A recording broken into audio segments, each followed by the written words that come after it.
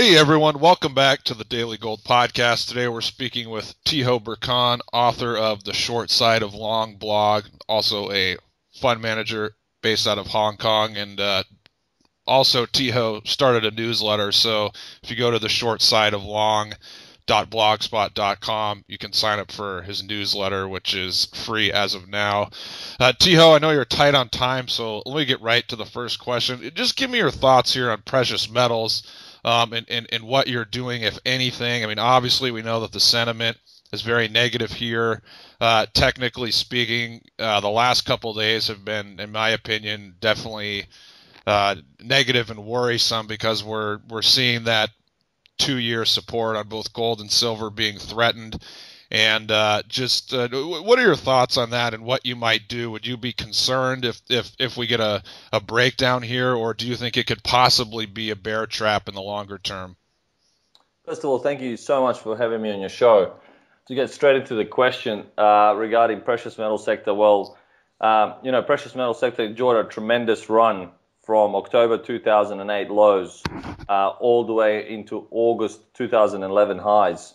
Certain parts of the sector, I guess, peaked a bit earlier. I think we had certain gold mining stocks start peaking in December 2010 and in January 2011, February 2011. And we also had silver peak in May 2011. But in all scope of things, there was a tremendous run. And we were just discussing off air, actually, before the interview started, that gold hasn't had a 20% decline since 2008, which is very, very unusual for an asset. Not to have an official bear market in a sense. And furthermore, gold has had a tremendous streak of annual gains, which I remember the last one from historically from the modern history that I've studied was Nikkei, which had a tremendous run from 1980 to 1990. You had 10 years in a row. Well, gold's managed to do 12 years in a row. So from that statistical perspective, investors shouldn't really be altogether worried that they should expect a natural process of corrections and price movements and behaviors in the market, which are that whatever goes up also goes down. Gold shouldn't just go up all the time. So naturally, a correction is occurring, and it's not actually that severe. The other day on the blog, I had a gentleman post that, oh my God, silver is crashing. And he asked me specifically, what am I going to do with my silver holdings? Well, I sort of looked at the chart from the long-term perspective, and I looked at this sort of analysis of his that said crashing. I mean, the price is down at $27, which is the same price where silver was in September 2011, and is also the same price where silver was in December 2011, and is also the same price where silver was in May 2012. So it's essentially been a sideways period, and there's a lot of panic. So what the market's able to do here is it's able to create a lot of negative investor sentiment, but the prices actually haven't declined that much. Obviously, when we look at the overall sector, certain parts of the sector have been declining as of late, and that's the gold mining stocks, which peaked in August 2011, according to the GDX ETF. So they've definitely gone down by, I think, almost close to or at 50% levels, and in my personal opinion, these are all great buying opportunities. If these Your other question was that what would happen if a 2-year support was to break on silver and gold? Well, I think they'll be actually good, even though in the short term none of us will really like that because the profits go down or the drawdowns increase or whatnot. But it will give us a better buying opportunity, and it will shake out a lot of the investors that are still sort of hanging on and clinging on, because these lines in the sand, they don't really mean anything, I remember when S&P was trading at a certain amount, and then if it breaks down below this level, it's game over. Specifically, it was 2002. The bear market stopped at 750 or so. And then when we crashed in 2008, in November 2008, we retested 750 from the 2002 lows. And people said, if 750 breaks, it's going to be the end of the world. Well, when 750 did break in February 2009, the market fell for another couple of weeks, and it was one of the biggest and most classic technical indications of a bear trap, where all the bears got trapped and a new bull market started.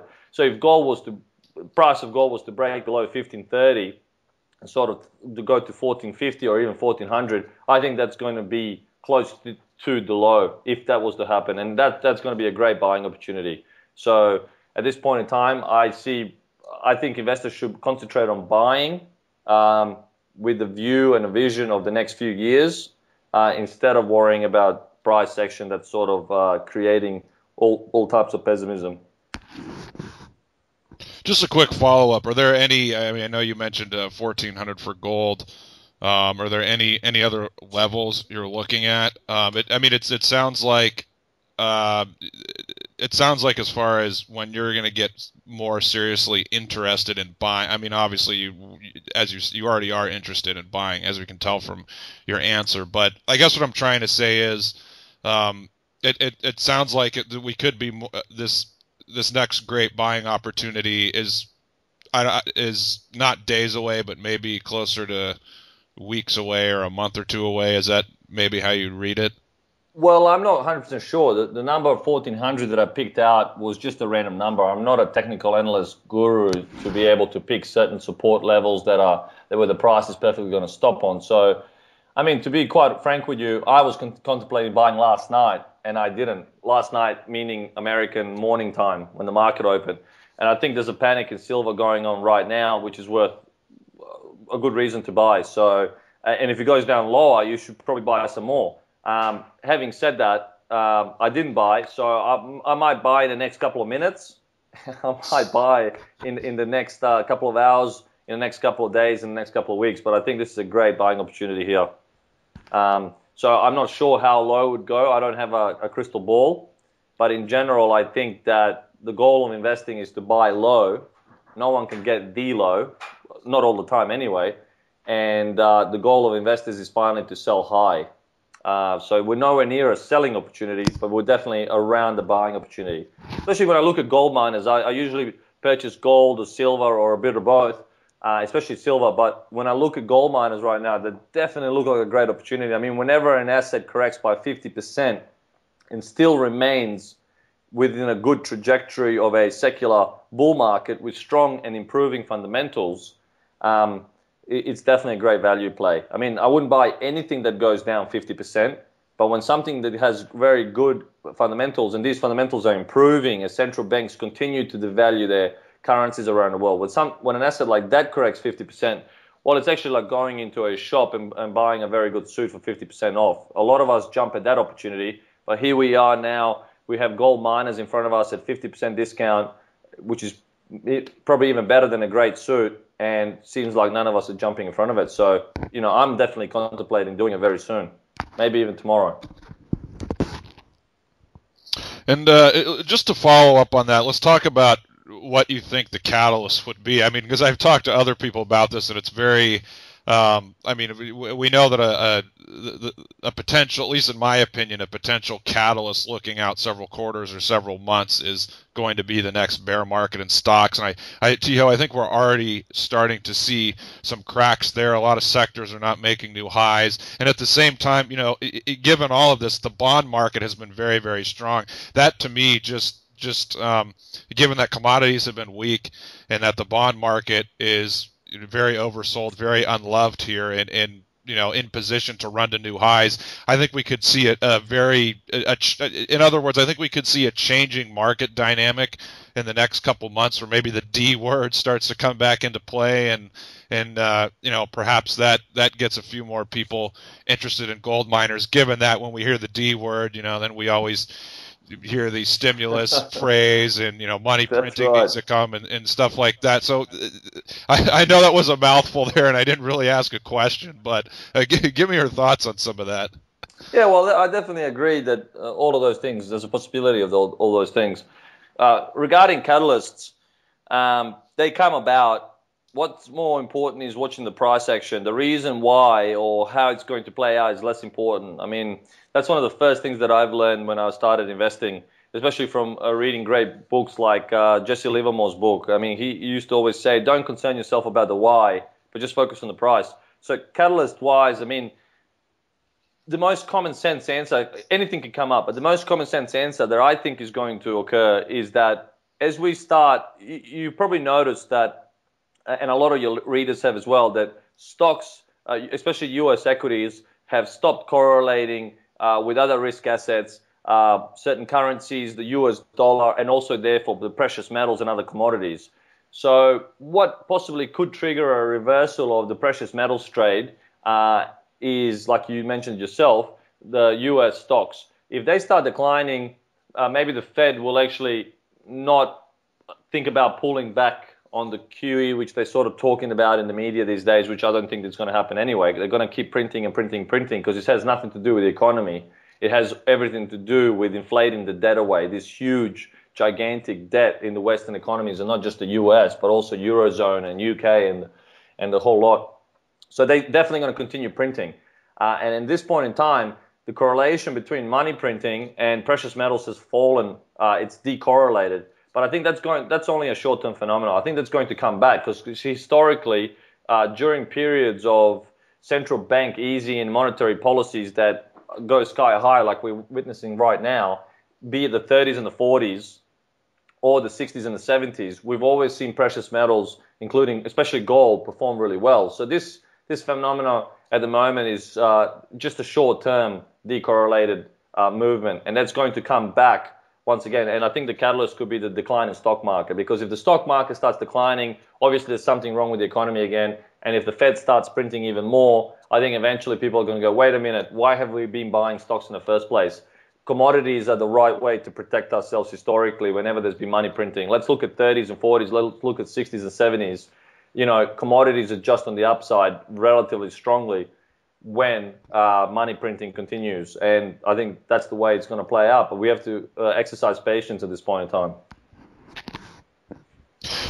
Tiho, I know you're tight on time, but let me just give you a final question here where you can offer your final thoughts. Any thoughts on the potential for Europe to be a catalyst? Because, you know, one thing I've seen is going back to all the major bottoms in gold. You look at 2000 or 2001, and then you have 2005, 2008. The gold price in euros bottomed well before the gold price in US dollars. So, I mean, you know, off the top of my head, I don't, remember all those periods right at this moment. But, I mean, it seems somewhat tailor-made for, if we get, more problems in Europe, perhaps that can give a little bit of a lift to the precious metals sector. I mean, in addition to what we discussed earlier. I definitely think it's possible. I mean, precious metals are going to use any type of a catalyst, because the way markets behave, whenever price becomes extremely oversold, and whenever sentiment reaches universal pessimistic levels where almost everybody's a seller, then even relatively less worse news than the news before tends to improve the price action. You know, I mean, looking even with Europe, let's discuss the June 2012 low. There was no reason whatsoever to own EU equities at that point in time. I mean, there was once again talk of breakup. There was problems in Spain and Italy, and Mr. Draghi did come out and say, I'm going to do whatever is necessary, and so on and so forth. And even though that sort of looks like a catalyst, and the reason for the reversal in price, the saturation of bears, the number of short contracts on the euro, the extreme oversold position of the IBEX Spanish index or the Italian FTSE MIB was so extreme, both on the nominal level and also on the relative level against, say, the S&P 500, which tends to be one of the main barometers of all asset classes, that there was going to be a mean reversion anyway. In nature, we always have mean reversions, and I think that similar aspect is now happening in precious metals. If we look at the chart of the S&P 500 since August 2011, when it bottomed out, it's rallied almost 50% towards new highs in this bull market. At the same time, around August 2011, gold miners have topped out, and now they're down about 50%. And they're sort of in a crash mode. So this extreme divergence, or this relative ratio between the two, is extremely oversold. So I think that's what investors need to focus on. They need to focus on buying an asset when there's absolutely no reason to buy it, not to sort of anticipate what the catalyst will be, but when there is no catalyst they can see coming up. That's the best time to own an asset. When there's all the reasons to buy an asset, that's probably the worst time, because all of those reasons have been discounted in the price, and most likely we're near a peak. Maybe you go up a little bit more, and then you top out, and after that, usually it's a bear market or a correction that follows through. So in my opinion, because there is no reason to buy precious metals, I mean, they're printing money and precious metals are going down. The earnings have been quite good for the gold miners. Not all of them, but they've been quite good. Their dividend yield and their valuations are extremely compelling. If we look at the whole sector, the sentiment for contrarians that invest, the sentiment's very low, and none of these reasons have been working. I mean, the European issues have not played, the Cyprus issues have not played into the precious metal sector. The American debt ceiling problems are sort of ignored as well. There seems to be no reason whatsoever why precious metals are going to go up. Every single investment bank comes on Bloomberg once a week and says that the target for gold is 1,400, 1,300, 1,200. The commodity bull market is finished. The gold rally is finished. The whole lot. So maybe the correction will go on in the short term, next couple of weeks, next couple of months. I'm not sure. I'm not a prophet to predict the exact bottom. But it's these type of conditions that usually create a great bottom and a great buying opportunity. These are the similar conditions to what we saw with the European stocks in 2012 and the euro in 2010, when everybody thought the EU was going to break up. And these are the same type of conditions also that we saw with I guess, the stock market in August and October 2011, when everybody was forecasting the repeat of 2008.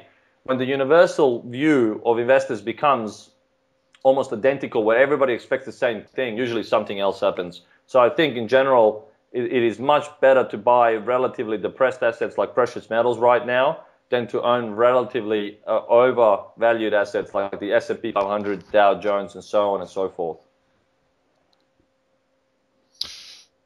Okay, Tiho, you've covered a lot here in a short period of time, but just in case there's anything else you want to voice your opinion on, go for it. Sure. I advise investors to definitely contemplate investing for the long term in both silver and sugar. I think sentiment's extremely depressed right now, and if you were to buy these assets right now, even if they go down another 10% or so, you're going to receive great returns in 2014, 15, 16. I'm not sure which year, but coming up, there's going to be a great amount of shortages developing economies, and there's going to be a huge amount of demand for commodities, regardless of whether the economy improves or doesn't improve, because they're going to print money like there's no tomorrow. So those two assets, I'm highly optimistic on. Okay, Tiho Brkan, thanks so much for your time today and your great insight as always. We really appreciate it. Absolute pleasure. Thank you for having me on your show.